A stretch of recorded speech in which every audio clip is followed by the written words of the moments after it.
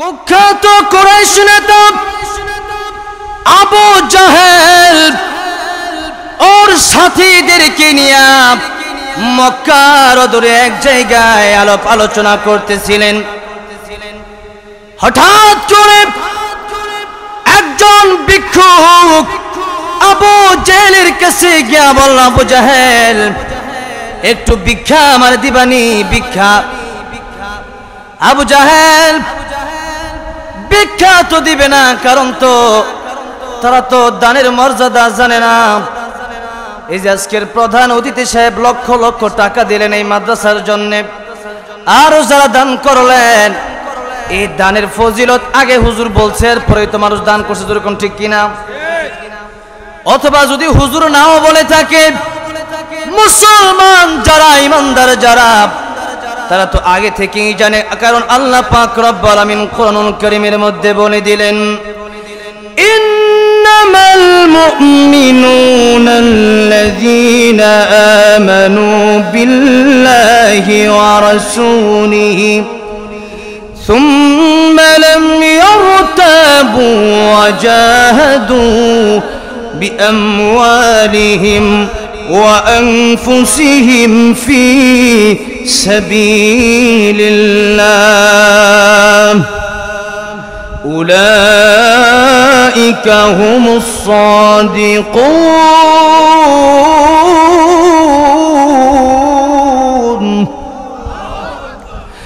الله رب العالمين বলেন, মুমিন ব্যক্তি কারা, ঈমানদার ব্যক্তি কারা, মুমিন ব্যক্তি কারা, ঈমানদার ব্যক্তি কারা, চিনার মধ্যে প্রথমত চারটা কারণ, চারটা জিনিস তাদের মধ্যে থাকবে।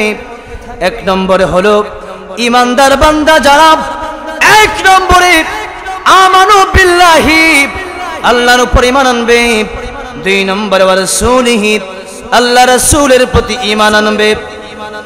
সুম্মা লাম ইয়ারতাবু, এর মধ্যে কোনো সন্দেহ থাকতে পারবে না। তিন নম্বর কাজ হলো ওয়াজাহাদু বিআমওয়ালিহিম ওয়া আনফুসিহিম ফি সাবিলিল্লাহ। তিন নম্বর কাজ হলো তারা জিহাদ করবে তাদের মাল দ্বারা, ধন সম্পদ দ্বারা। ধন সম্পদ এটা কার দান? আর জোরে বলেন, কার দান? কোন মানুষের যদি অনেক বুদ্ধি হয়, ওই মানুষটা বুদ্ধি দিয়ে ইচ্ছা করলেই মানুষটা সম্পদের মালিক হতে পারে না। অনেক এমন বুদ্ধিজীবী আছে, দাদার বুদ্ধি দেখবেন চায়ের দোকানে গেলে দাদার বুদ্ধির অভাব নাই, কিন্তু ঘরের ভিতরে চাউল নাই, এমন লোক আছে না নাই? আমার শুধু শিক্ষাগত যোগ্যতা থাকলেই ধন সম্পদ হয় না। অনেক শিক্ষিত লোক আছে, মাস্টার্স কমপ্লিট করে, ওই লোকগুলা তাদের সার্টিফিকেট তারা বিটকেসের মধ্যে রাখার জায়গা পায় না, কিন্তু ওই লোকগুলা রিক্সা চালায়, এমন লোক আমাদের দেশে আছে না নাই? এজন্য আমার ভাইরা, বুদ্ধি থাকলে আর শিক্ষাগত যোগ্যতা থাকলে ধন সম্পদ কামাই করা যায় না। ধন সম্পদ যাদেরকে দেয় এটা আল্লাহর ইচ্ছা থাকার দরকার আছে না নাই? আল্লাহ যাদেরকে ইচ্ছা করেন তাদেরকে ধন সম্পদ দেয়, আর এই ধন সম্পদটা যাদেরকে দেয়, যাদেরকে আল্লাহ পাক এই ছাড়া দেয়, এই সব কিছু দেওয়ার পিছনে একটা কারণ আছে না নাই? আর জোরে বলেন, আছে না নাই? কারণটা হলো আল্লাহ রাব্বুল আলামিন এই পৃথিবীতে আমাদেরকে পাঠিয়েছেন, এর কারণটা হলো الذي خلق الموت والحياة ليبلوكم أيكم أحسن عملا وهو العزيز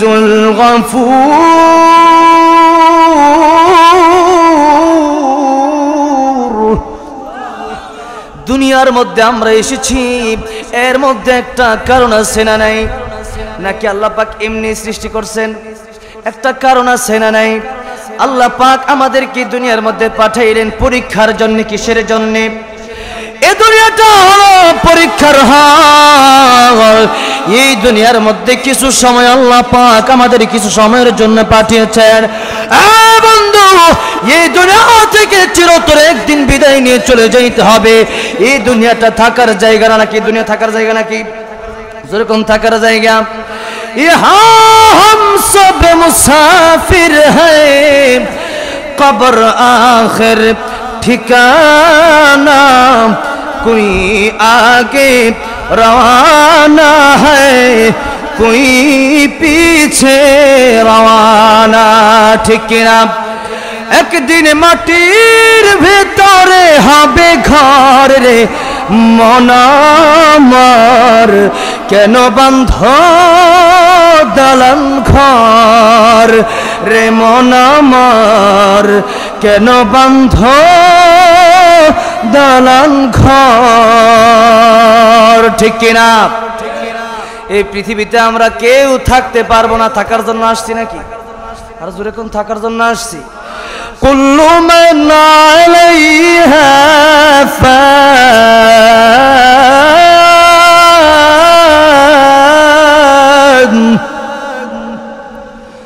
ওয়া ইয়াবকা ওয়াজহু বিকা যুল জালালি ওয়াল ইকরাম।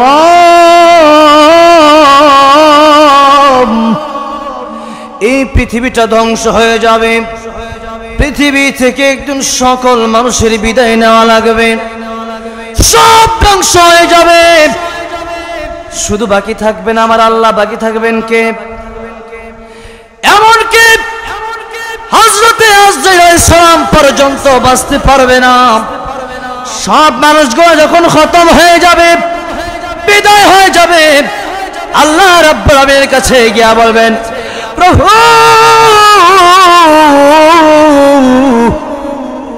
সব মানুষ ধ্বংস হয়ে গেছে। শুধু তাই নয়, জিন্নাতগুলিও ধ্বংস হয়ে গেছে। শুধু তাই নয়, ফেরেশতাগুলো, এমনকি আমার ভাই জিবরাইল পর্যন্ত শেষ, মিকাইল ইসরাফিল পর্যন্ত শেষ হয়ে গেছে। শুধুমাত্র আমি একা আজরাইল বাকি আছি।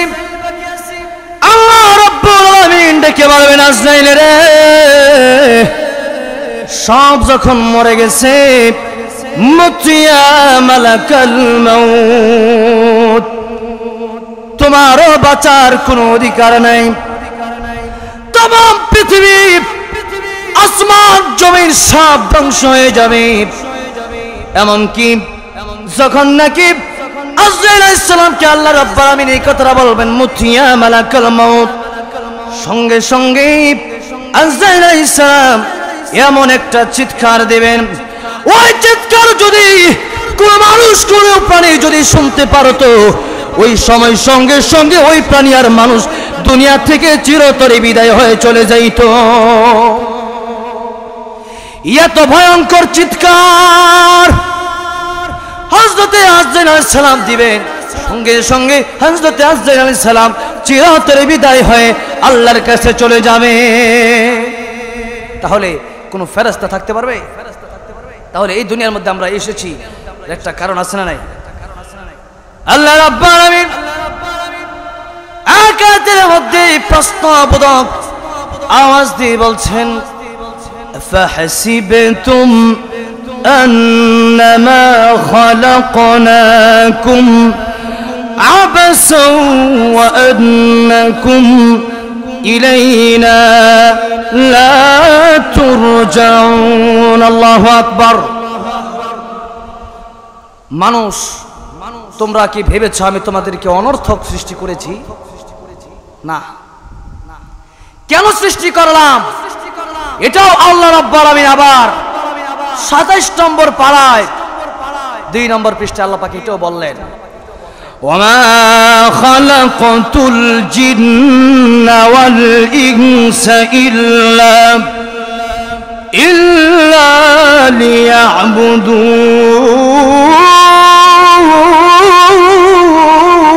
লিয়াবুদুন।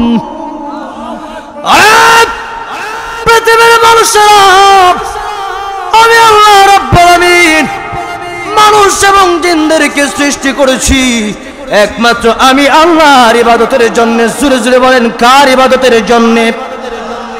নাকি কোনো বাবার ইবাদতের জন্য? কবর পূজা করা যাবে নাকি? কবরের মধ্যে সিজদা দেওয়া যাবে নাকি? একমাত্র ইবাদত করতে হবে কার? আল্লাহর সাথে কাউকে শিরিক করা যাবে? আর জোরে বলেন, শিরিক করা যাবে? আল্লাহর সাথে কাউকে শিরিক করা যাবে না। শিরকটা হলো মারাত্মক গুনাহ। ওয়া ইন্নাশ শিরকা লাযুলমুন আযীম। শিরকটা হলো মহা এক অন্যায়। জোরে কোন ঠিক কিনা? আমার ভাইরা, বর্তমানে কিছু মুসলমানের ছেলেরা, কিছু মুসলমানের মেয়েরা আছে, তাদেরকে বলা হয় মুনাফিক। তাদেরকে কি বলা হয়?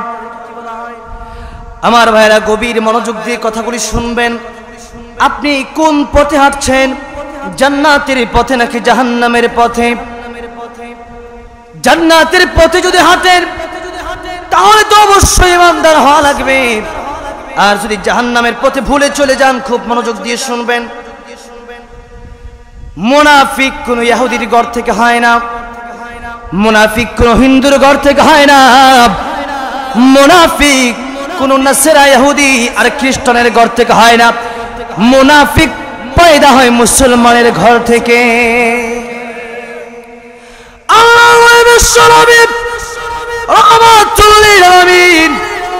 উনি নামাজ পড়ান, একজন লোক নামাজ পড়েন। নামাজ যখন পড়ে এমন সময় হযরত জিবরাইল আলাইহিস সালাম আল্লাহ নবীর কাছে মুনাফিকের লিস্টি নিয়ে আসলেন। মুনাফিকদের লিস্টির মধ্যে সর্বপ্রথম যার লিস্টি, ওই ব্যক্তিটা দেখা যায় নামাজও পড়ে আবার মুনাফিকিও করে। আল্লাহ নবী বিশ্ব নবী রাহমাতুল লিল আলামিন জিবরাইলকে ডেকে ডেকে বললেন, জিবরাইল রে, এই যে লোকের নাম প্রথম সারিতে দিয়েছো, প্রথম যার নামটা লিখেছো, ওই ব্যক্তিটা আমার পিছনে নামাজ পড়ে, রোজাও রাখে, ওয়াজ করে, যাকাতও দেয়, সব করে, তাহলে এই লোকটা কিভাবে মুনাফিক হয়ে গেল? এখন বোঝা গেল মুনাফিক নামাজ পড়তে পারে, রোজা রাখতে পারে, কিন্তু ইসলামের পক্ষেও থাকে, আবার ইসলামের বিরুদ্ধেও কথা বলে। এমন লোক আছে না নাই?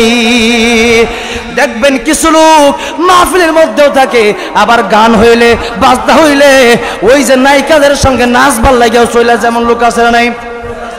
আবার কিছু লোক আছে মুসলমানদের ঘর থেকে জন্ম হয়েছে, কিন্তু মাহফিল গুলা বন্ধ করে দেয়, এমন লোক আছে না নাই? যতক্ষণ পর্যন্ত সুর চলে ততক্ষণ তাদের কানের ভিতরে আওয়াজ ভালো লাগে, কিন্তু যখন নাকি সুর দেয় না, বক্তা যখন হক কথাগুলি বলে, বক্তা যখন কোরআনের কথা বলে, বক্তা যখন সুদের বিরুদ্ধে কথা বলে, বক্তা যখন ঘুষের বিরুদ্ধে কথা বলে, যখন নাকি বক্তা চুরের বিরুদ্ধে কথা বলে, যখন নাকি বক্তা পর্দার যখন নাকি পর্দার জন্য কথা বলে, তখনই কিছু লোক আছে দেখবেন সরাসরি মাহফিলের মধ্যে বক্তাদের মাইকটা পর্যন্ত সরায় দেয়। জোরে কোন ঠিক কিনা? টাটকা মুনাফিক চিল্লা এখন ঠিক কিনা? মুসলমান হতে পারে না। আমার ভাইরা, এই জন্যে শুধু মিষ্টি খাওয়ার নাম সুন্নত নয়, শুধু নামাজের মধ্যে যাওয়ার নাম সুন্নত নয়। সুন্নত হলো ওই সুন্নত, যে সুন্নতটা হলো আমার নবী ইসলামের জন্য রক্ত দিয়েছেন। যদি প্রয়োজন হয় আমরা ইসলামের জন্য রক্ত দিতে পারি। জোরে কোন ঠিক কিনা? কারা কারা যে মুসলমানদের হাত তুলে দেখাও।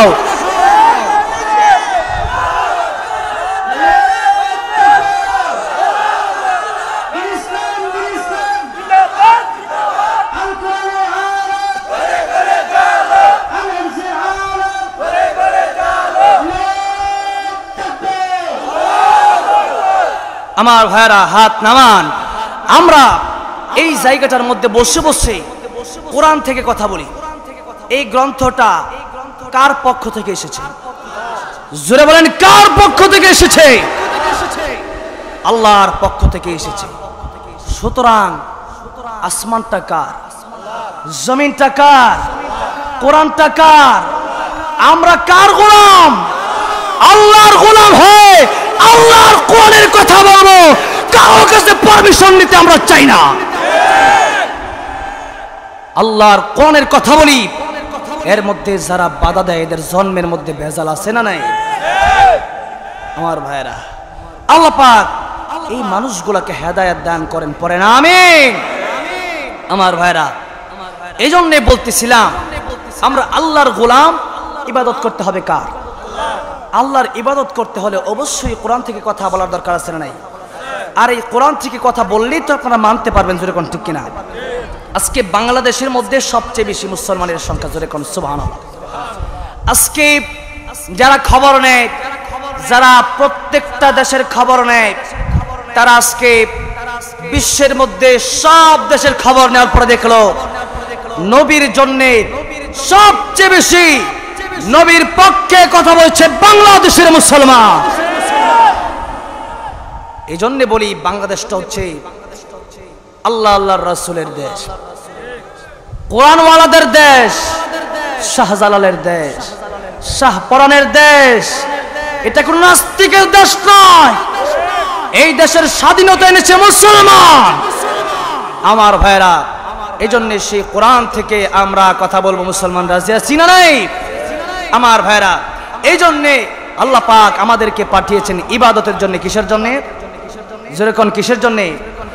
ইবাদত করার জন্য পাঠিয়েছেন। এই জন্য একমাত্র দাসত্ব আর ইবাদত করতে হবে কার? যেরকম কার? আমার ভাইরা, এমন সময় বর্তমানে যেরকম মুনাফিক আছে, কাফের বেঈমানরা আছে, যখন এই লোকটাই ভিক্ষুকটা যখন আবু জাহেলের কাছে ভিক্ষা চাইছিল, মনে আছে নাই?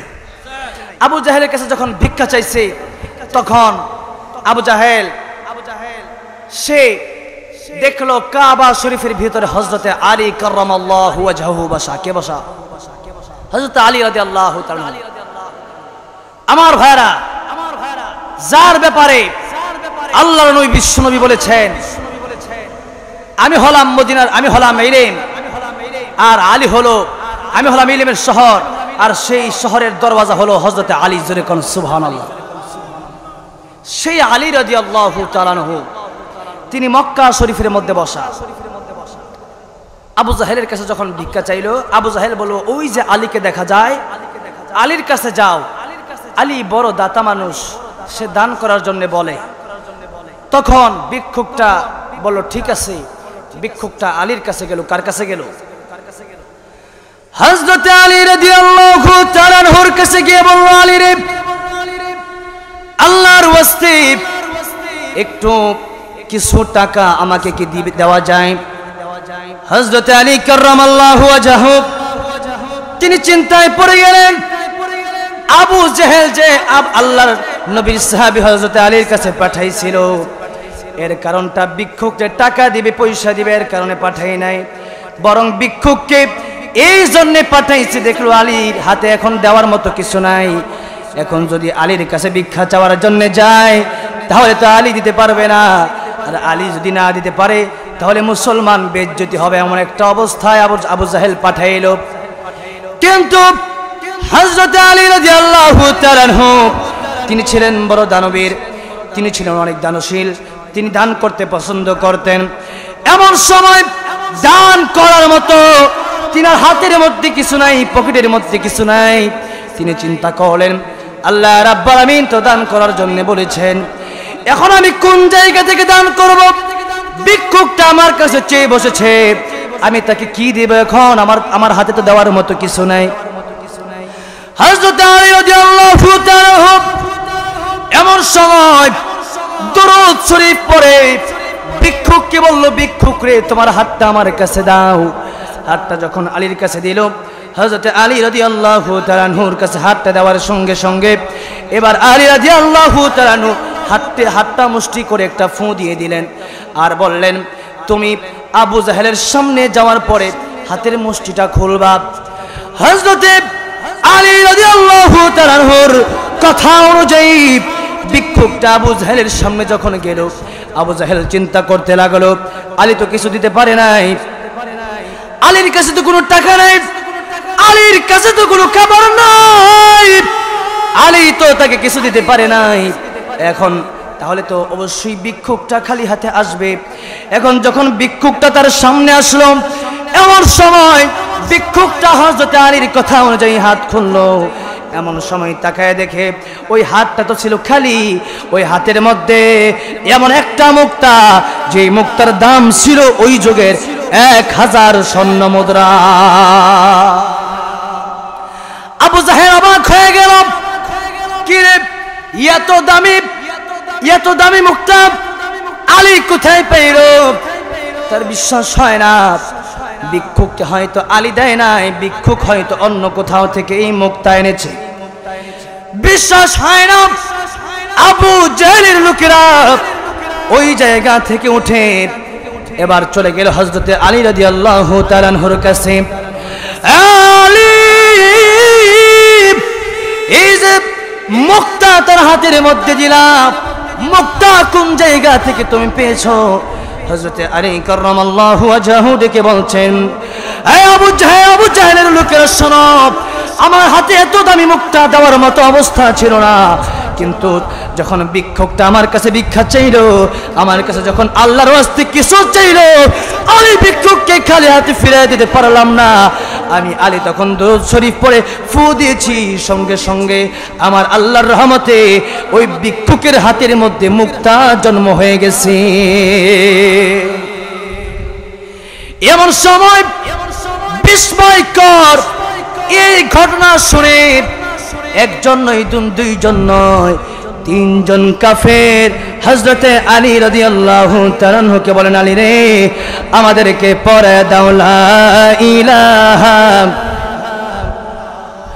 আপনি যদি নাটক করে যান, আপনি যদি ছবি করে যান, আপনি যদি মুভি করে যান, আপনি যদি মরে যান, আপনার ছবি যত মানুষ দেখবে আপনার কবরে সেই গুনাহ জারিয়া চলে যাবে। আর আপনি যদি সদকায়ে জারিয়া করেন, মাদ্রাসায় দান করেন, মসজিদে দান করেন, এটাই আপনার সম্বল। যদি কোন ঠিক কিনা? যেটা জমাবেন, যেটা রেখে দিবেন, বাড়ি করতে পারবেন, 10 তলা করতে পারবেন, 20 তলা করতে পারবেন, সব করতে পারবেন, কিন্তু এটা খেতে পারবেন না। খেতে পারবেন? একদিন কবরের ভিতরে চলে যেতে হবে। সেদিন আপনার জন্য কেউ বলবে না 10 তলা বাড়ির মধ্যে 1টা তলা তোমার জন্য বরাদ্দ করে দিলাম, কেউ বলবে? অথচ আপনার টাকায় এই বাড়ি করলেন, গাড়ি কিনলেন, 3টা কাপড়ের টুকরা ছাড়া 1টা টাকাও কবরের ভিতরে দেওয়া হবে। আমার ভাইরা, এই জন্য আসুন, 3টা জিনিস আপনার থাকবে, যেটা আপনি খাইছেন, যেটা আপনি পড়েছেন, যেটা আপনি দান করলেন। কয়টা জিনিস? যেটা আপনি খেয়েছেন, যেটা আপনি পড়েছেন, যেটা আপনি দান করেছেন, এগুলোই আপনার সম্বল। এছাড়া কোনো সম্বল নাই। মরে যেতে হবে, যে কোনো সময় মরে যেতে পারে।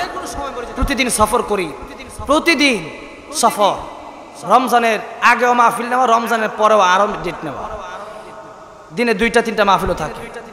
এমন সময় এই মাহফিলগুলো করে আমার গলার অবস্থা বেশি ভালো না, বুঝতেই পারতেছেন। বহু দূর থেকে প্রোগ্রাম করে করে, দিনের বেলা ক্লাস করে করে, আবার তাফসিরে জালালাইন পড়ি, এটা পড়ে আবার রাতের বেলায় প্রোগ্রামে রওনা দিতে হয়, প্রতিদিন চিল্লাইতে হয়। এখন অনেকেই বলে, কিসের ওয়াজ করো? যারা এখন থেকে করবে না, তাহলে কি বুড়া হয়ে করবো নাকি? যেরকম ঠিক কিনা? এখন থেকে করার দরকার আছে নাই? অনেকেই বলে, কিসের দাওয়াত দেন? তাহলে যদি এখন দাওয়াত দিতে না পারি, যারা তাবলিগে গেছে, তাবলিগের মধ্যে দেখবেন এমন লোক আছে করে নাই। যেরকম ঠিক কিনা? দাওয়াত দিতে হবে, যতটুকু জানি ততটুকু আমাদের জানাতে হবে। যেরকম ঠিক কিনা? এজন্যে অনেক বড় আলেম হওয়ার যে প্রয়োজন, এটা শর্ত না। শর্ত হইল একটা মানুষ যতটুকু ইসলামের ব্যাপারে জেনেছে ওটা জানা দিবে। যেরকম ঠিক কিনা? নাইলে তো তাবলিগের মধ্যে গিয়া সব একটা মাওলানা লয়ে যাওয়ার দরকার। যেরকম ঠিক কিনা? কিন্তু আমি এমনও তাবলিগ জামাতে গিয়েছি, এমন এক চিলা দিতে গেছিলাম সাতক্ষীরা, তখন দেখেছি আমাদের যিনি আমির ছিলেন উনি আগে ডাকাত ছিলেন। কি ছিলেন? ডাকাত ছিলেন। কিন্তু ওনার কথা, ওনার বাড়ি টঙ্গী, ওনার বাড়ি, ওনার কথা শুনলে চোখ দিয়ে অঝরে পানি ঝরে। আল্লাহু আকবার। তাহলে মানুষ যতটুকু জানে এটা জানার দরকার আছে না নাই? এই জন্য আমার ভাইরা, যে কথাগুলি বলবো, আল্লাহ পাক যেন কথা বলি আগে বলে নেই, আল্লাহ পাক যেন এই মাহফিলকে কবুল করেন। বড় আমিন। আমার জবান থেকে যেন খুব অল্প সময় কথা বলবো, আর আধা ঘন্টার মতো কথা বলবো। আল্লাহ পাক যেন আমার জবান থেকে দ্বীনি কোরআন থেকে হাদিস থেকে কিছু কথা যেন বের করে দেয়, পড়ে না আমিন।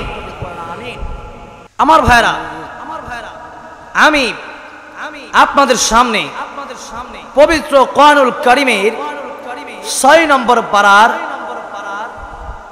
নম্বর পারা থেকে 5 নম্বর সূরা সূরাতুল মাইদা এই আয়াতের 55 এবং 56 নম্বর আয়াত তেলাওয়াত করেছি।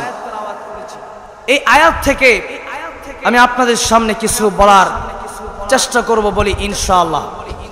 আরো জোরে বলি ইনশাআল্লাহ। ইনশাআল্লাহ জায়গা মতো বলা দরকার আছে না নাই? ইনশাআল্লাহ ওই যে গরু কিনতে গেছে, অনেক ইনশাআল্লাহ বলে নাই, তাহলে তো এমন অবস্থায় যে গরু কিনতে যায়, এখন বন্ধুর সাথে দেখা, বন্ধু কই যাও, গরু কিনতে যায়, ইনশাআল্লাহ বলো, পকেটে টাকা আছে, তো ইনশাআল্লাহ বলার দরকার কি? আবার বন্ধু আসতেছে বাজার থেকে, বন্ধুর সাথে আবার দেখা, কিরে বন্ধু গরু কই? বন্ধু রে গরু কেমনে কিনবো? বাজারে গেছিলাম, বাজারে গিয়ে দেখি পকেটে তো টাকা ছিল, কিন্তু এখন তো টাকাটা চুরি হয়ে গেছে, ইনশাআল্লাহ গরু কিনতে পারি নাই, ইনশাআল্লাহ। বন্ধু এখন যত ইনশাআল্লাহ পড়ো না কেন, টাকা পাওয়া যাবে না, গরু কিনা যাবে, এখন আর দরকার নাই, ইনশাআল্লাহ জায়গা মতো বলতে হবে, যেরকম ঠিক কিনা আমার ভাই। এই জন্য আজকে আলোচনা করব, আল্লাহ পাক এই আয়াতের মধ্যে বলছেন, ইন্নামা ওয়ালিয়ুকুমুল্লাহু ওয়া রাসূলুহু ওয়াল্লাযীনা আমানুল্লাযীনা ইউকিমুনাস সালাহ ওয়া ইউতুনাজ যাকাতা ওয়া হুম রাকিউন। জোরে বলি আল্লাহু আকবার। আল্লাহ পাক বলছেন, রায় পৃথিবীর মানুষেরা শোনো, বন্ধু কাদেরকে বানাবা, তোমার বন্ধু কে হবে এটা আল্লাহ রাব্বুল আমিনের কাছ থেকে পরামর্শ নেওয়ার দরকার আছে না নাই? তোমার বন্ধু কে হবে, আজে বাজে বন্ধু বানানো যাবে? বন্ধু কাদেরকে বানাবা এটা আল্লাহ রাব্বুল আমিন কোরআনুল কারীমের মধ্যে বলছে, জোরে কোন ঠিক কিনা? বন্ধু বানাবেন তিন শ্রেণীকে বন্ধু বানাবেন, 3 শ্রেণীকে বন্ধু বানাতে হবে, আর 5 শ্রেণীর লোকদেরকে বন্ধু বানানো যাবে, 5 শ্রেণীর লোককে বন্ধু বানানো যাবে না। 5 শ্রেণীর লোকগুলা কারা এটা আমি আমার আলোচনার সামনে বলবো। 3 শ্রেণীর লোক তো তারা 3 শ্রেণীর লোক নয়, 2 জন হলেন। 1 নম্বরে হচ্ছেন আল্লাহ, 1 নম্বরে আল্লাহ 3 জনকে বন্ধু বানাতে হবে। এর মধ্যে 1 নম্বরে কে? আর জোরে বলেন 1 নম্বরে কে? 1 নম্বর হচ্ছেন আল্লাহ রাব্বুল আমিন।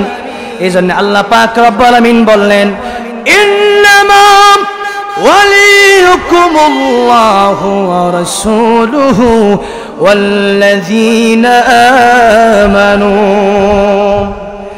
তোমাদের বন্ধু তো আল্লাহ, জোরে কোন কে? তোমাদের বন্ধু তো আল্লাহ, আল্লাহ রাব্বুল আমিন। আমাদের প্রাণ হলো আল্লাহর হাতে, জোরে কোন কার হাতে? তিনি তো আমাদের বন্ধু হওয়ার কথা, কারণ হলো বিপদের সময় যিনি বন্ধু তিনি আসল বন্ধু, যেরকম ঠিক কিনা? আর বন্ধু ভালো মানুষকে বন্ধু বানানোর দরকার আছে না নাই? বন্ধু যাতে আমাদের ভালো হয়, যদি ভালো বন্ধু হয় ওই লোকটা ভালো বন্ধুর কারণে আল্লাহওয়ালা হয়ে যায়, আর যদি বন্ধুটা খারাপ হয়ে যায়, ওই বন্ধুটা ইয়াবাখুরের সাথে থাকতে থাকতে, জুয়াখুরের সাথে থাকতে থাকতে, মদখুরের সাথে থাকতে থাকতে ওই লোকটাও একদিন মাতাল আর গাঞ্জাখোর হয়ে যায়। তাহলে সৎসঙ্গে স্বর্গবাস, অসৎসঙ্গে সর্বনাশ। এটা হলো বাংলা নকল করেছে, অনুবাদ।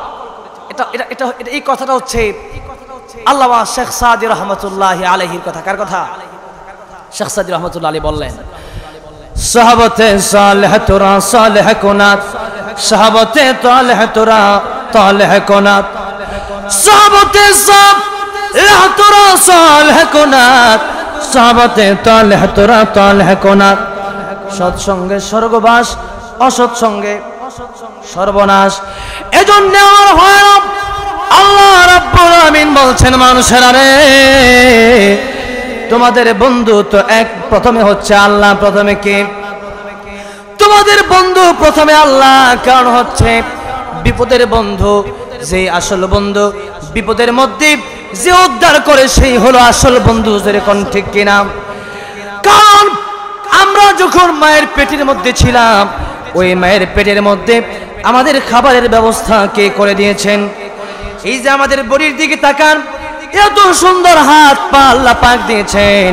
এই সুন্দর হাত পা কি কোনো মানুষের বানানোর ক্ষমতা আছে নাকি? এই যে কথা বলতেছে, অনেক মানুষ চিন্তা করে, হেরে এই লোকটা আজকে মারা গেল, যুবক ছেলে, এই লোকটা আজকে কিভাবে মারা যায়? সকালে দেখে আসলাম ভালো, এই লোকটা স্ট্রোক করে আজকে কিভাবে মারা গেল? আমার ভাইয়েরা, এটা তো অবাক হওয়ার কিছু না।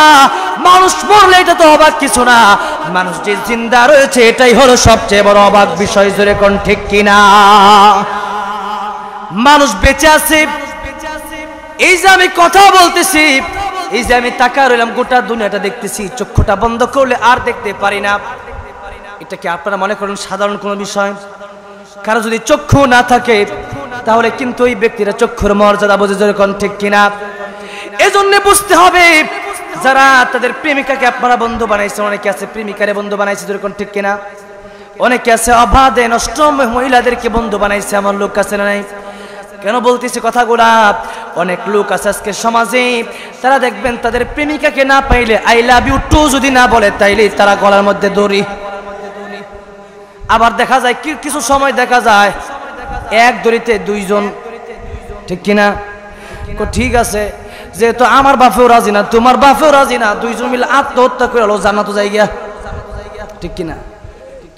তোর মতো বেটারে তুই আল্লাহরে ভালো না বাসা এই একটা মেয়ের জন্য আত্মহত্যা করলি, তোর মতো বেটারে আল্লাহর জান্নাত দেওয়ার ঠেকা পড়ছে রে। ঠিক কিনা? মনে হয় জান্নাত মামুর বাড়ির কলা। এজন্য আমার ভাইরা, বন্ধুর জন্য আত্মহত্যা করা যাবে না, বান্ধবীর জন্য আত্মহত্যা করা যাবে না, ছেলে মেয়ের জন্য পাগল হয়ে গেছে এই জন্য আত্মহত্যা করা যাবে না। জীবনটা দিতে হবে একমাত্র আল্লাহর জন্য। জোরে কোন কার জন্য? কারণ যে চোখ দিয়া মেয়ের জন্য পাগল হলেন, ওই চোখটা কার দান? জোরে কোন কার দান?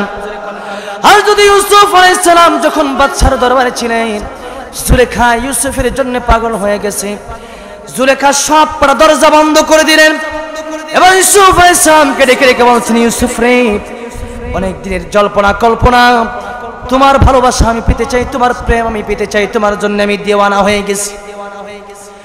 আর ইউসুফ ডানে বামে পেছনের সামনে আজকে কোন দরওয়াজা তোমার জন্য খোলা নাই। আজকে তুমি বের হওয়ার জন্য যতই উপক্রম খুঁজো না কেন, আজকে তুমি বের হওয়ার জন্য কোনো জায়গা পাবা না। আরে ইউসুফ, বহুদিন ধরে তোমার জন্য পাগল হয়ে আছি, বাদশার স্ত্রী হয়ে আমি কত সুন্দর স্ত্রী, তোমার জন্য পাগল হয়ে গেলাম। এই যে তোমার জন্য পাগল হলাম, তুমি কি একটু মনে চাই না আমার মতো জুলেখাকে একটু ভালোবাসতে? এমন সময় হযরত ইউসুফ আলাইহিস সালাম ডেকে ডেকে বলছেন, জুলেখা শোনো, আমার আল্লাহ রাব্বুল আলামিন আমার চক্ষু দান করেছেন, আমার চেহারাটা আল্লাহ পাক দান করেছেন। কে দান করেছেন? যে আল্লাহ পাক আমার চক্ষু দান করেছেন, যে আল্লাহ পাক তোমার চক্ষু দান করেছেন। জুলেখা, তুমি কেমনে পারো রে আল্লাহকে ভালো না বাইসা? যে চক্ষুর মালিক আল্লাহ, ওই আল্লাহকে ভালো না বাইসা চক্ষু দিয়া আমার জন্য পাগল হইয়া অবাধে মেলামেশা করতে, জিনার কাতারে আমি আল্লাহর কাছে দাঁড়াতে চাই না, কারণ আমার ভিতরে আল্লাহর ভয় আছে। জোরে কোন ঠিক কিনা? আমার ভয়। হযরত ইউসুফ আলাইহিস সালাম কঠিন সময়ে এই জুলেখার বিরুদ্ধে যখন করতে শুরু করলেন, জুলেখা এমন সময় মাথার চুলগুলো খুলতে চুলগুলো লম্বা করে দিলেন, কাপড় চাপড় সব খুলতে শুরু করে দিলেন। হযরত ইউসুফ আলাইহিস সালামকে বললেন, আরে ইউসুফ শোনো, আমার জামা কাপড় খুলেছি, আর এখন তাকায় দেখো, আমাকে তো আল্লাহ সৌন্দর্য কম দেয় নাই, এই সৌন্দর্যের দিকে একটু তাকায় দেখো, ইউসুফ তুমি পাগল হয়ে যাবা। ইউসুফ বলে না যে আল্লাহ আমাকে চক্ষু দান করেছেন, আজকে যদি আমি অন্ধ হয়ে যেতাম, আজকে যদি আমার আল্লাহ চক্ষু না দিত, কত মানুষ অন্ধ হয়ে যায়, আজকে যদি কোটি কোটি টাকা যদি তারা খরচ করে, এই চোখটা কি ফিরিয়ে আনা সম্ভব নাকি? এমন সময় জুলেখাকে ডেকে বললেন, এই চক্ষু দিয়ে আমি আল্লাহর নাফরমানি করতে চাই না। জুলেখা বলল, যদি নাফরমানি না করতে চাও তাহলে সব দরওয়াজা বন্ধ, কোথায় যাওয়ার কোনো সুযোগ? আল্লাহর রহমতে ইউসুফ আলাইহিস সালাম ডানে বামে সামনে পিছনে তাকায় দেখে যখন সবগুলো দরজা মারা, এমন সময় ইউসুফ আলাইহিস সালাম দরজা থেকে বের হয়ে যাওয়ার চেষ্টা করলেন। চেষ্টা করা বান্দার কাজ, পূরণ করার দায়িত্ব কার? আসতে বলবেন না কার? আমার হযরত ইউসুফ আলাইহিস সালাম এমনি এমনি যায়, যখন বের হয়ে গেল দৌড় যখন দিল, সবগুলো দরওয়াজার তালা আমার আল্লাহ রাব্বুল আলামিন খুলে দিয়েছে। ইউসুফ আলাইহিস সালাম দরজাগুলো পার হয়ে রাজার দরবারে রাজার সামনে গিয়ে উপস্থিত হয়ে গেল। এমন সময় জুলেখাও পিছন দিকে টান দিল। ইউসুফ আলাইহিস সালাম এখন ইউসুফ আলাইহিস সালাম বিপদে পড়ে গেল, জুলেখাও আরো বেশি বিপদে পড়ে গেল। জামা ধরে টান দিল, জামা ধরে টান দেওয়ার পর অনেক কথা। এমন সময় দেখা গেল পিছন দিকে জামা টান দিয়েছে, তার মানে পিছন দিকে ছিঁড়া থাকলে দোষ হইল জুলেখার। কার দোষ? সামনের দিকে যদি ছিঁড়া থাকতো তাহলে দোষ ছিল ইউসুফ আলাইহিস সালামের। আর পিছন দিকে টান দিয়েছে মানে ইউসুফ আলাইহিস সালাম তার কাছে থাকতে চাই না, বের হইতে চাইছে, আর জুলেখা তার পিছনে টান দিয়ে তার ধরে রাখতে চাইছে। যেরকম ঠিক কিনা? এমন সময় তাদের ক্ষমতার কারণে, দাপটের কারণে কিছু লোক আছে, তারা তাদের ক্ষমতার কারণে দেখবেন তাদের পক্ষে না, তাদের পক্ষে থাকলেও তারা উল্টা পাল্টা মামলা দেয়া জেলে ঢুকা দেয়া আছে না নাই? ইউসুফকে বলল তোমার জেলের ভিতরে ঢুকতে হবে। আর ইউসুফ আলাইহিস সালাম খুশি মনে মুচকি হেসে জেলের ভিতরে ঢুকে বললেন, আর মহা খুশি হয়ে গেলেন, বললেন আমি জেলে ঢুকবো এটা ভালো, কিন্তু জুলেখার এই ডিস্টার্ব আমার আর সহ্য হয় না। জোরে কোন ঠিক কিনা? আমার ভাইরা, এই জন্যে দেখবেন যদি কারো দোষ না থাকে আর যদি জেলখানায় নিয়ে যাওয়া হয়, যদি আমরা তাফসীরের কারণে আমাদেরকে যদি জেলখানায় নিয়ে যাওয়া হয়, আমরা হাসি মুখে আমাদের জীবনটারে আল্লাহর জন্য কোরবানি করে দিতে চাই। ঠিক কিনা মুসলমান?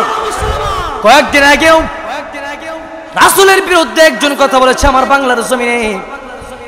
এর যখন কতল করে হত্যা করে ফেলা হলো, এই 4 জনকে ফাঁসির অর্ডার দিয়ে দেওয়া হলো। আমি বলতে চাই, যদি রিমান্ড মঞ্জুর হওয়ার কোন অবস্থা থাকে তাহলে আমাদের মুসলমান ভাইদেরকেও সেই জেল হাজত থেকে রক্ষা দিতে হবে। যেরকম ঠিক কিনা? আপনারা অনেকেই দেখেছেন হাসি মুখে ওই জেলখানার ভিতরে তারা ঢুকে পড়েছে। কারণ হলো মুমিন বান্দা যারা ইমানদার ব্যক্তি, তাদের শহীদ হওয়ার জন্য সবচেয়ে বড় আকাঙ্ক্ষা থাকে। যেরকম ঠিক কিনা?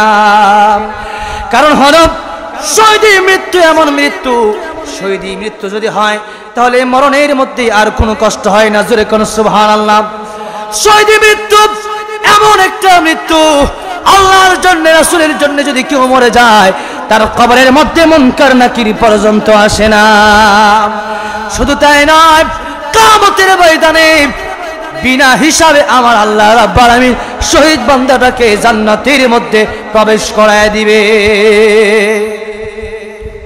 আমার ভাইরা, এই জন্য ইউসুফ আলাইহিস সালাম বলেছিলেন, আমি তোমাকে ভালোবাসি না, আমার ভালোবাসা আমার প্রেমিক, আমার মাশউক আল্লাহ। কে? আল্লাহ রাব্বুল আলামিন। এই জন্য মুমিন বান্দার 1 নম্বর বন্ধু কে হবেন? যখন কে? আল্লাহ রাব্বুল আলামিন। আমার ভাইরা, 2 নম্বরে মুমিন বান্দার আমাদের বন্ধু হবে আল্লাহ রাসূল সাল্লাল্লাহু আলাইহি সাল্লাম। কে হবেন? আল্লাহর নবী। যখন কে? আল্লাহর নবী বিশ্ব নবী রাহমাতুল লিল আলামিন। তিনি হচ্ছেন আমাদের 2 নম্বর বন্ধু। কারণ হলো দুনিয়ার মধ্যে আল্লাহর নবী উম্মতের জন্য কাঁদছেন। যেরকম ঠিক কিনা? যখন নাকি হযরত আজরাইল আলাইহিস সালাম আল্লাহর নবীর জান কবজ করার জন্য আসলেন, এমন সময় আল্লাহর নবীর বুকের উপরে হাত যখন রাখলেন, আল্লাহর নবী বলেন, আজরাইল রে, আমার বুকের উপরে তুমি হাত রেখেছো, আমার মনে হচ্ছে উহুদ পাহাড়টা যেন আমার বুকের উপর তুমি রেখে দিয়েছো। এমন সময় হযরত আজরাইল আলাইহিস সালাম বললেন, ইয়া রাসূলুল্লাহ, ইয়া হাবিবাল্লাহ, আল্লাহর নবী গো, আপনাকে যত আসান করে, যত সহজভাবে জান কবজ করেছি, পূর্বে এমন সহজভাবে কারো জান আমি আজরাইল কবজ করি নাই, সামনেও এত সহজভাবে কারো জান আমি আজরাইল কবজ করব না। আল্লাহর বিশ্ব নবী আমার আমিন বললেন, আজরাইল রে, আমি নবী কষ্ট পাইতে পারি, নবীকে আমাকে 7 কষ্ট দিয়ে দাও, কিন্তু আমার উম্মতকে একটু কষ্ট তুমি দিও না। জোরে জোরে পড়েন সুবহানাল্লাহ। আমার নবী দুনিয়ার মধ্যে যখন নাকি মেরাজের মধ্যে যাবেন, তখন উম্মতের কথা বলে নাই, অনেক ঘটনা লম্বা। এটা হচ্ছে মেরাজের মাস। এটা কিসের মাস আমার ভাইরা? এই জন্যে আমার নবী উম্মতের কথা জিন্দেগিতে বলে নাই। আর কিয়ামতের ময়দানে সব মানুষগুলা তাদের থেকে পলায়ন করবে। মনে করতেছেন আপনার আব্বা আপনার আম্মা সবচেয়ে বড় বন্ধু, আপনার বন্ধু দুনিয়াতে যারা বানাইছেন, কিয়ামতের ময়দানে দেখবেন বাপটা আপনার মাটা আপনার সন্তানের পরিচয় দিবে না। জোরে কোন ঠিক কিনা?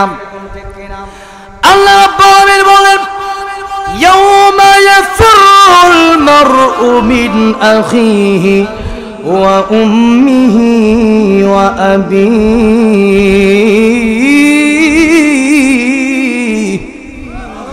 ওয়া সাহিবাতিহি ওয়া বানিহি।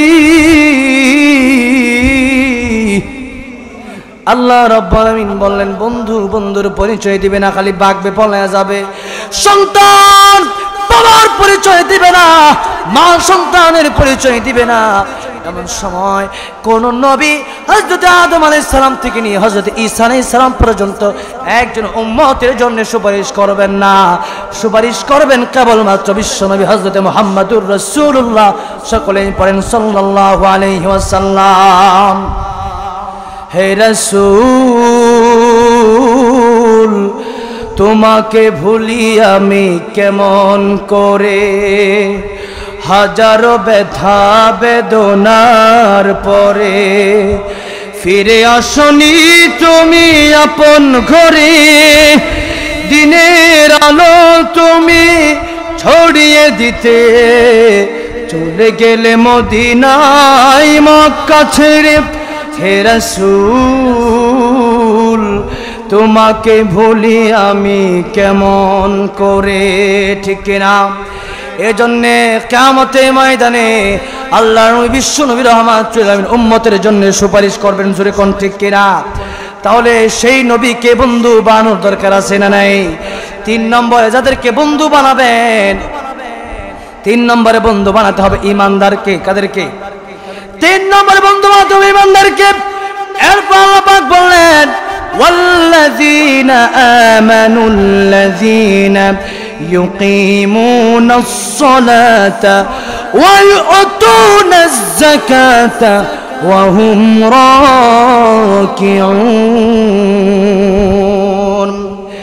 যারা ঈমান এনেছে আর যারা নামাজ পড়ে আর যারা যাকাত আদায় করে, নামাজ কায়েম করে, যাকাত আদায় করে, রুকুকারীদের সাথে রুকু করে, আল্লাহ রাব্বুল আলামিন বললেন তাদেরকে তোমরা বন্ধু বানাও। তাদেরকে বন্ধু বানাইলে লাভ আছে না নাই? আরো জোরে কোন আছে না নাই? তাদেরকে বন্ধু বানাইলে কি লাভ, কি পুরস্কার?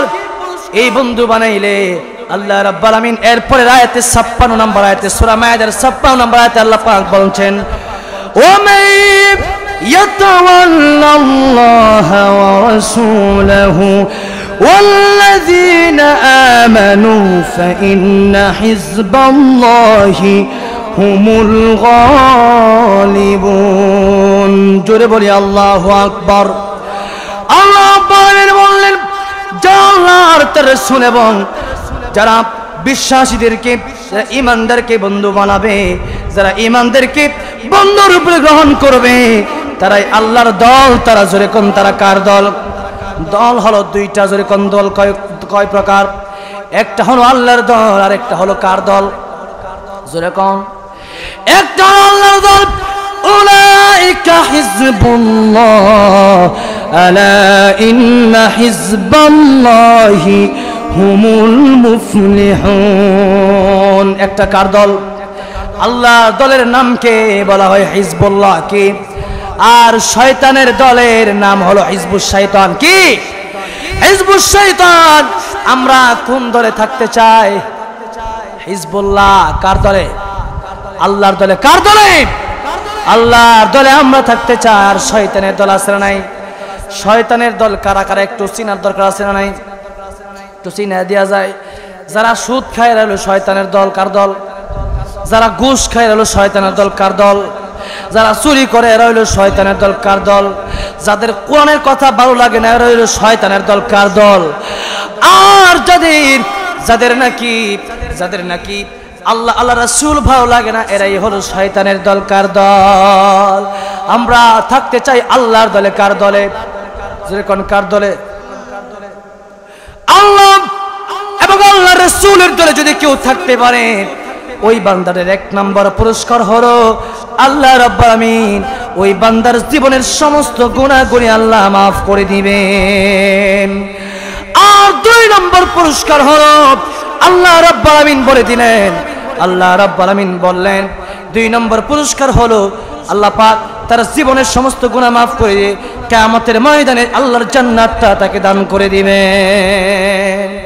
আমার ভাইরা, এই জন্য আমাদের ওয়াজ করতে হবে এবং শুনতে হবে আল্লাহর জন্য। কার জন্য? আমাদের কার দলে থাকতে হবে। কিন্তু এখন কিছু লোক আছে তারা কোরআনের মঞ্চে তারা আল্লাহর পক্ষে কথা বলে, আল্লাহর বিপক্ষে কথা বলে। নাই শুনেন নাই? আল্লাহর দন রাসূলের দিয়া আল্লাহ গেলেন গায়েব হইয়া। কারা কইছে এটা? হ্যাঁ তাহেরি। এতদিন কইছে ঢেলে দে, ডাইলা দে, এক সময় এক একটা বানায়। হ্যাঁ আবার এটা কয় আমার গান ছড়া এখন বিয়ে চলে না। এখন এর গান চাইবে এটা খুশি। এখন ভাইরাল টেলার এখন তার ঢেলে দিয়ে তো পুরানো হয়ে গেছেন। কি ভাইরাল করবো খুঁজে পাই না। এখন দেখছে বাংলাদেশের লোক তো এমন উল্টা পাল্টা করলেই ভাইরাল হয়ে যায়। যেরকম ঠিক কিনা? উল্টা পাল্টা করবেন দেখবেন ভাইরাল হয়ে যায়। আবার মাহফিলে যে বাধা গলা দিছে এটি বেশি ভিউজ, এটি বেশি মানুষ দেখে। আর এমনি যে ওয়াজ এটি একটু কম, ওটা যেটি সমস্যা একটু হয়ে গেলে এটাই দেখবেন মিলিয়ন ভিউজ। এখন বাঙালি তো বাঙালি একটা উল্টা পাল্লা হলে হ্যাঁ পাইছি রে, যেরকম ঠিক কিনা? এখন এই তাহিরিও চিন্তা করলে একটা উল্টা পাল্লা মাইরা দেই। এখন হ্যাঁ এটা কইল আল্লাহর দন নাকি রাসূলে দিয়ে দিছে, যেরকম নাউজুবিল্লাহ। আর রাসূলের দন নাকি খাজারে দিয়ে দিছে, যেরকম নাউজুবিল্লাহ। আর খাজায় দন পায় নাকি আজমির শরীফে সব দন নাকি একবার লইয়া ঘুমায় রইছে। তো হ্যাঁ যদি সব দন আজমির শরীফে লইয়া ঘুমায় থাকে তাহলে এই যে প্রতিদিন ধান উঠতেছে, এই চাষ জমি থেকে ফসল সব উঠতেছে, এগুলা কার দান? আল্লাহ যদি গায়েব হয়েছে তো কত বড় খারাপ। আল্লাহর সে গায়েব কইছে। আমার ভাইরা আল্লাহ পাক তো হাজির নাজির, যেরকম ঠিক কিনা? আল্লাহর এক গায়েব বলে কত বড় নিমু খারাপ। এটা যদি সে আসলে অন্তরে বিশ্বাস করে থাকে তার ঈমান থাকবে? ঈমান থাকবে না। এজন্যে এই কি যাই নাম গিয়াসউদ্দিন তাহেরি তোমাকে বলছি, তুমি যদি এটা যদি অবশ্যই অন্তরে যদি তোমার থাকে যে আল্লাহর দন রাসূলে দিয়ে দিছে, আল্লাহ গেছে গায়েব হইয়া, আর রাসূলের দন খাজারে দিয়া রাসূল চলে গেছে, এখন খাজার দন লয়ে কবর হইতে রইছে। এটা যদি অন্তরে থাকে তাহলে তোমার ঈমান নাই। ঈমান আছে? যখন ঈমান আছে আমার ভাইরা, এজন্যে নরসিংদীর মাটিতে এই তাহিরির মতো বন্ডদেরকে আপনারা জায়গা দিবেন না, যেরকম ঠিক কিনা? আমার ভাইরা, আবার কিছু লোক আছে তারা শুধু কথায় কথায় হক্কানি উলামায়ে কেরামদেরকে গালি দেয়। আছে না নাই? গতকালকে নাম কি একটার নকশবন্দি বাক্সবন্দি হয়ে গেছে, ঠিক কিনা? নকশবন্দি বাক্সবন্দি হয়ে গেছে। কেন বাক্সবন্দি হয়েছে? হ্যাঁ বিয়ে করছে 5টা। কয়টা? তোমার ঠিক আছে, তোমার আছে, তুমি করো, সমস্যা নাই। 4টা বিয়ে করা যায় একসাথে, তুমি করো। কিন্তু ও 4টা বিয়ে কেমনে করছে? উল্টা পাল্টা করে। কেমনে? এই লোকটা হক্কানি উলামায়ে কেরাম আমাদের আল্লামা আহমদ শফি রহমাতুল্লাহ আলাইহিকে নিয়ে বহুবার বাজে মন্তব্য করেছে। আল্লামা আহমদ শফি রহমাতুল্লাহ আলাইহি বলেছিলেন মেয়েদেরকে দেখলে মানুষের আকৃষ্ট সৃষ্টি হয়। কথা বলেন ঠিক কিনা? একটা তেঁতুল দেখলে এখন যদি এরকম যদি করি জিহ্বায় পানি আসে কি আসে না? আসে। এখন তেঁতুলের কথা শুনলে জিহ্বায় পানি আসে। একটা তেঁতুলের কথা শুনলে যদি পানি আসতে পারে, মেয়ে মানুষদেরকে আল্লাহ পাক বানাইছেন পুরুষের লাগে। কার লাগিয়া? এই পুরুষের জন্য মেয়ে বানাইছেন, তাহলে মেয়েদেরকে দেখলে তো আকৃষ্ট হবে নিজের কোন, ঠিক কিনা? কি মেয়েদেরকে ভালো লাগে না? মেয়েদেরকে ভালো না লাগলে তো সমস্যা। তাহলে জান্নাতের মধ্যে কি হুর নেওয়া দরকার আছে নাই? মেয়েদেরকে ভালো না লাগলে হুর নিবেন কেমনে? ঠিক কিনা? হুর নেওয়ার দরকার আছে না নাই? মুরব্বী বাবার আঁকো আছে, আজকে হুন তারে বই যে আমারও তো আরেকজন দরকার না। যাক, এখন এই যে একটা অবস্থা, এখন মনে করেন এই অবস্থার মধ্যে ও আল্লামা আহমদ শফি রহমতুল্লাহ আলাইহি একটা কথা বোঝানোর জন্য বলছিল যে তেঁতুল যেমন একটা ঠোঁটে পানি আসে, লালা আসে, ঠিক তেমনি ভাবে মানুষের মেয়ে লোকের প্রতি একটা আকৃষ্ট আছে না নাই? যদি কেউ না থাকে তাহলে তো এটা পুরুষই না, যদি ঠিক কিনা? আরে আমারও তো আছে, আমার নাই, আপনারও তো আছে নাকি নাই? নাইলে বিয়ে করবো কেমনে? এখন মনে করেন তাইলে এটা আল্লামা আহমদ শফি বোঝানোর জন্য বলছেন। এখন আল্লামা আহমদ শফি রহমতুল্লাহ আলাইহি উনি বলতেছেন আহমদ শকি, কি বললেন? আহমদ শকি, যেরকম নাউজুবিল্লাহ। এরকম আল্লাহর ওলি দেখেছেন আপনার, লক্ষ লক্ষ মানুষ তা জানাজা হয়েছে, যেরকম ঠিক কিনা? এরকম একজন আল্লাহর ওলি, এর মধ্যে কোনো সন্দেহ নাই, আছে নাকি? ওনারা নিয়ে গালি দেয়। এরপরে বর্তমান আমাদের আমির হেফাজত আল্লামা জুনায়েদ বাবুনগরী দাওয়াত বরকাতুহু আলিয়া, ওনাকেও পর্যন্ত গালি দিচ্ছে। শুধু তাই নয়, আমাদের রাহবার ছিলেন আল্লামা জুবাইর আহমদ আনসারী রহমতুল্লাহ আলাইহি, ওনাকে পর্যন্ত গালি দিচ্ছে। ওনার মুখে একটু সমস্যা হয়েছিল, মরার আগে বলল আমাদেরকে বলে বেদাতি মাজার পূজারি, এই জন্য তার মুখে আল্লাহ পাক দিছে ব্যাঙ্গায়, যেরকম নাউজুবিল্লাহ। এরকম একটা বদমাইশ কয়েকবার মনে হয় জেলে গেছে। অনেকেই জেলে যায় হক কথা বলে, কিন্তু হ্যাঁ জেলে গেছে কি লিগে? আকাম কোকাম করে, যেরকম ঠিক কিনা? এর বইয়ের লগে সব কথা ফাঁস হয়ে খালি হ্যার ভিডিও আইতাছে, যেরকম ঠিক কিনা? এত খারাপ ভাষা তার বউরে যে কি কি গালি দিছে আল্লাহ জানে। এরকম ব্যক্তি ওয়াজ করে, ওয়াজ, তাহলে এরকম একটা বক্তা যদি ওয়াজও করে আবার যদি নামাজও না পড়ে, এরকম বক্তা দরকার আছে? একটা বক্তা যদি ওয়াজও করে আবার যদি হারামও খায়, এরকম বক্তা দরকার আছে? আমি আপনাদেরকে বললাম ভাই যৌতুক নেওয়া হারাম, এখন যে আমি যৌতুক খাই আমার মতো বক্তা দাম আছে ভাই? এখন যৌতুকের জন্য তার বউকে সে টর্চারিং করেছে এবং এমন অসভ্য ভাষায় গালি দিয়েছে, সেটা আপনি ইউটিউবে নকশাবন্দি লিখে সার্চ দিলে বুঝবেন। এই নকশাবন্দি এই কাজগুলা করেছে। এখন গতকালকে একবারে বাক্সবন্দি হয়ে গেছে, দূরে হয়ে গেছে পুলিশ। এখন মনে করেন এই যে গালি দিল আবার ওয়াজও করে, আর হলে মাজার পূজারি, মাজার পূজা কইরা কবরের মধ্যে সেজদা দেয়া। এই ভাই কবরের মধ্যে সেজদা দেওয়া যাচ্ছে? জোরে কোন, এরা কবরের মধ্যে নাকি সেজদা দিব? কবরের এমন এমন অবস্থা যে আল্লাহর চাইতে হাজারে বেশি উপরে দেয়, জোরে কোন নাউজুবিল্লাহ। তাহলে আমার ভাইরা এটা করা তো সম্পূর্ণ হারাম। কারণ হলো মাজারের মধ্যে আপনি যেটা মোমবাতি দেন, আপনি বলেন না কেন, আপনি বলেন একটা মোমবাতি যে আপনি মাজারের মধ্যে দেন, না কবরের ভিতরে আলো গেল না আপনার কাছে আসলো, যেরকম ঠিক কিনা? আমার ভাইরা এই জন্যে বুঝতে হবে, আপনি একটা জিনিস যদি খান, একটা সিঙ্গারা খান, সেই সিঙ্গারাটা খাইলেও লাভ আছে না নাই? এটা খাইলেও আপনি ইবাদত করবেন কার? আর যদি কোন কার? আল্লাহর ইবাদত করবো, এই জন্য সিঙ্গারা খাইলেও লাভ আছে, কিন্তু মাজারের মধ্যে দিলে কোনো লাভ নাই। এই জন্য আমার ভাইরা আসেন, আমরা সর্বসময় এক নাম্বার বন্ধু বানাবো কাকে? আর যদি কোন কাকে? 2 নম্বর বন্ধু আমাদের বিশ্বনবী, 2 নম্বর বন্ধুকে, 2 নম্বর বন্ধু হলেন বিশ্বনবী, 3 নম্বর বন্ধু হলো ইমানদার যারা নামাজ পড়ে। নামাজি ব্যক্তিকে আমরা বন্ধু বানাতে চাই, যদি কোন ঠিক কিনা? যারা যাকাত আদায় করে, যারা রুকু করে, তাদেরকে আমরা বন্ধু বানাতে চাই। রাজি আছেন? কারা কারা হাত তুলে দেখতে চাই? নারে তাকবীর! হাত নামান, আল্লাহ পাক কবুল করেন, বলেন আমিন। আমার ভাইরা আসেন, 3 শ্রেণীকে বন্ধু বানানো যাবে, 3 জনকে বন্ধু বানানো যাবে, আর 5 শ্রেণীর লোককে বন্ধু বানানো যাবে না। যদি কয়েকজন কোন কয় শ্রেণীর? আমার ভাইরা 5 শ্রেণীর লোককে কখনো বন্ধু বানানো যাবে না। মিথ্যাবাদীকে বন্ধু বানানো যাবে না। কারণ হইল যারা মিথ্যা কথা বলে তারা বন্ধুর সাথে ধোঁকা দেওয়ার, তারা ধোঁকা এক সময় দিতে পারে, যদি কোন ঠিক কিনা? যে কোনো সময় আপনাকে বলবে এক কথা, আরেকজনকে গিয়ে লাগা দিবে আরেক কথা, যদি কোন ঠিক কিনা? এই জন্য মিথ্যুককে কখনো বন্ধু বানানো যাবে। 2 নম্বরে মূর্খ ব্যক্তিকে বন্ধু বানানো যাবে না।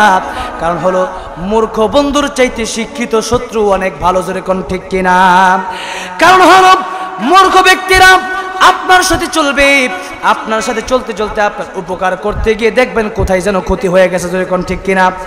আর যারা শিক্ষিত শত্রু, তারা শিক্ষিত আছে এই জন্যে, যদিও শত্রু হয় তারা চিন্তা করবে আমাদের মুহাব্বতটা, আমাদের ভালোবাসাটা আবার ফিরে আসুক, যদি কোন ঠিক কিনা? আমার ভাইয়া 3 নম্বরে যারা কৃপণ তাদেরকে বন্ধু বানাবেন না। কারণ হইলো মনে করেন কৃপণদেরকে বন্ধু বানাইলে ঝামেলা আছে না নাই? মাঝে মধ্যে আমরা আগে অনেক সময় হোটেলে যাইতাম, দেখতাম অনেকে আমাদের সাথে বসছে, এখন খায়াটা হোটেলতে আগে আগে বেড়ে যেতেছে। কিরে কাহিনী কি? এখন দেখা যায় টাকা না দেওয়ার কারণে কিপটা এই জন্য বাইরে যেতেছে, যেরকম ঠিক কিনা? এখন কৃপণ লোক যারা দেখবেন হোটেলে খায়াটাই আপনার আগে আগে খায় বাইরে যাবো, ঠিক কিনা? তাইলে কৃপণ লোকদের সাথে চললেও ঝামেলা আছে না নাই? এই জন্য কৃপণ লোকের সাথে চলা যাবে না আমার ভাইয়েরা। 3 নম্বরে আপনারা কাপুরুষকে বন্ধু বানাবেন না। কাপুরুষ বোঝেন তো?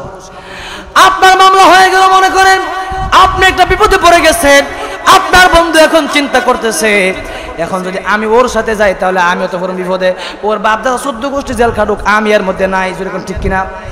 ওটা কি বন্ধুর পরিচয়? এটা কি বন্ধুর পরিচয় নাকি? বন্ধুর পরিচয় হলো বন্ধু আপনি যত বিপদেই পড়েন না কেন আপনার পাশে ওই বন্ধু থাকবে, যেরকম ঠিক কিনা? এই জন্য আমার ভাইয়েরা কাপুরুষকে বন্ধু বানাবেন না। 4 নম্বরে কাপুরুষকে বন্ধু বানানো যাবে না। 5 নম্বরে ফাসিক, গুনাহ যারা বেশি বেশি গুনাহ করে যারা ফাসিক তাদেরকে বন্ধু বানানো যাবে।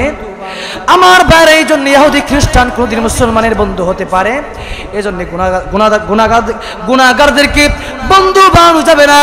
কারণ হলো গুনাহগারদেরকে যদি বন্ধু বানান তাহলে দেখা যাবে একদিন তার গুনার কাজে থাকতে থাকতে আপনিও তার সাথে চলতে চলতে একদিন আপনার সর্বনাশ হয়ে যাবে, যেরকম ঠিক কিনা? এই জন্য কয় শ্রেণীর ব্যক্তিকে বন্ধু বানানো যাবে না, যেরকম 1 নম্বরে মৃত্যুক, 2 নম্বরে মূর্খ, 3 নম্বরে কৃপণ, 4 নম্বরে কাপুরুষ, 5 নম্বরে ফাসিক। এই 5 শ্রেণীর লোককে আমরা কোনোদিন বন্ধু বানাবো না। জোরে বলি ইনশাআল্লাহ, আর জোরে বলি ইনশাআল্লাহ। আমার ভাইরা আজকে অনেক লম্বা কথা বলার ছিল, কিন্তু আর কথা বলতে পারবো না। আজকে যে কথাগুলি বললাম আল্লাহ পাক যেন আমাদের সকলকে আমল করার তৌফিক দান করেন। সকলে বলেন আমিন, আর জোরে বলেন আমিন। আজকে এই মাহফিল যেন আল্লাহ পাক কবুল করেন, পড়েন আমিন। 3 শ্রেণীর লোককে বন্ধু বানাবো, 5 শ্রেণীর লোককে বন্ধু বানাবো না, বলে ইনশাআল্লাহ। এটা নিয়ে যদি চলতে পারি হয়তো আমাদের জীবন পরিবর্তন হয়ে যেতে পারে, যেরকম ঠিক কিনা? আমার ভাইরা এজন্য আসেন, দোয়া হবে আল্লাহ পাক যেন আমাদের কথাগুলি ভালো কথাগুলি আমল করার তৌফিক দান করেন। সকলে বলেন আমিন।